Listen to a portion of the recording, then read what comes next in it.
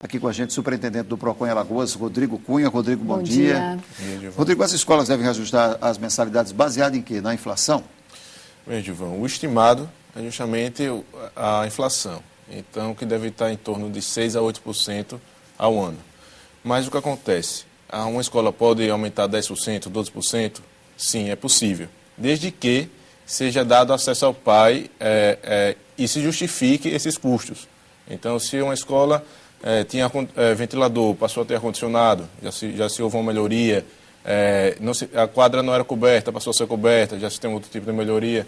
Então, qualquer valor que venha ultrapassar a inflação, ele deve ser justificado e o pai do aluno ele tem direito a ter acesso a essa planilha de custos. Se a escola não justificar, o pai do aluno pode ir questionar e realmente se informar sobre o assunto, né? Sim. Porque houve esse aumento fora desse percentual da inflação, então. Exatamente, é direito do pai saber o que foi que ocasionou esse custo a mais. Então, essa planilha ela tem que ser transparente. Inclusive, é importante mencionar que ela tem que ser divulgada 45 dias antes do início das aulas. Então, não só a questão do reajuste, quanto a questão do contrato, a questão de quantidade de alunos por sala, já deve ser estipulado 45 dias antes do início das aulas. Caso isso não ocorra, como a Michele perguntou, o que é necessário, como deve proceder esse pai em relação a esse reajuste que ultrapassa esse limite? Olha, o PROCON ele é um órgão competente para tratar desse assunto, além da própria Secretaria da Educação, mas recebemos anualmente, principalmente início de ano, muitos pais e de uma forma conciliatória, que é esse o objetivo do PROCON, chamamos as escolas para que seja tudo tratado de forma transparente e o direito seja respeitado. Há algum tipo de fiscalização, superintendente, ou realmente, se houver uma irregularidade, os pais devem procurar o PROCON? Ano passado, o PROCON convocou todas as escolas particulares para a tentativa da assinatura de um termo de ajuste de conduta, o que não foi possível, já visando evitar problemas que tivemos nos anos anteriores. Então, por conta disso, esse ano nós já estamos agindo, solicitando, requerendo às escolas que, de forma preventiva, encaminhem para o PROCON os seus contratos e consequentemente, os valores dos aumentos, para, caso seja constatado algum tipo de irregularidade, a gente agir sem ter a necessidade do pai do aluno formalizar qualquer tipo de reclamação. E em relação à questão da pré-matrícula, se essa pré-matrícula for paga e esse pai desistir ou mudar de colégio, esse dinheiro é ressarcido, como é que fica? A pré-matrícula ela é uma taxa a mais que se é cobrada, sendo que se o aluno não vier a ser matriculado, tem direito a ser ressarcido integralmente do valor. É importante dizer que não pode haver qualquer tipo de desconto, tem que ser integralmente. Ou caso ele venha a ser aceito na escola, esse valor tem que ser abatido do valor da matrícula. Então, é importante saber disso para que o pai saiba qual é o seu direito e qualquer problema pode sim, deve procurar o PROCON.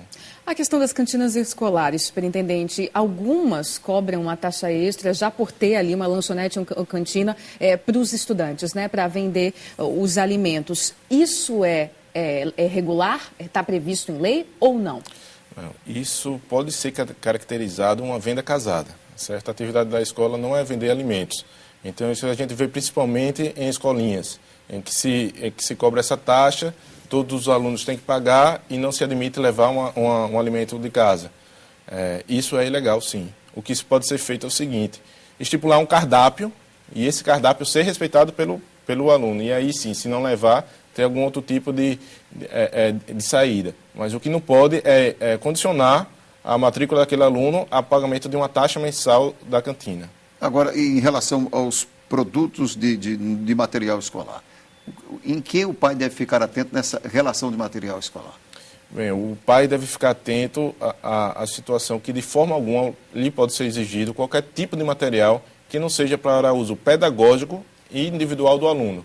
Então, materiais de escritório, materiais de limpeza, a gente vê muito isso, vê cartucho, vê sabão em pó, já vi com questão de crianças pequenas, copo descartáveis, que é para uso coletivo, papel higiênico, então não todos pode. Esses itens não podem. A regra tem que ser para uso individual e pedagógico do aluno. Lembrando também que as próprias quantidades, os pais também devem ficar atentos. Por exemplo, não se é razoável pedir 3 resmas para um aluno estudar um ano, são 1.500 páginas. Então, o pai do aluno, mesmo que concorde, vamos dizer assim, ele pode entregar de forma fracionada e a partir do momento que for acabando esses itens, ele ir repondo.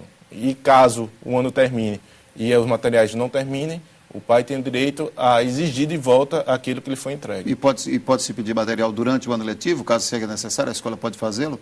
Sim. Pode ter algumas eventualidades em que as escolas podem pedir. E é interessante você tocar nesse ponto, porque também o que a gente observa é que muitos pais são surpreendidos durante o ano com cobranças de taxas de festas, taxas de aniversário, de viagens, algumas né? taxas que não estavam previstas anteriormente. E isso tudo tem que ser tratado de forma prévia, tem que estar previsto no contrato, e o pai do aluno, ao matricular o aluno, tem que saber que durante o ano vai ser cobrado algumas taxas e o valor mais ou menos estipulado. Rodrigo, muito obrigado pela sua presença esclarecedora aqui no Bom Dia. Muito Obrigada, obrigado. Agradece.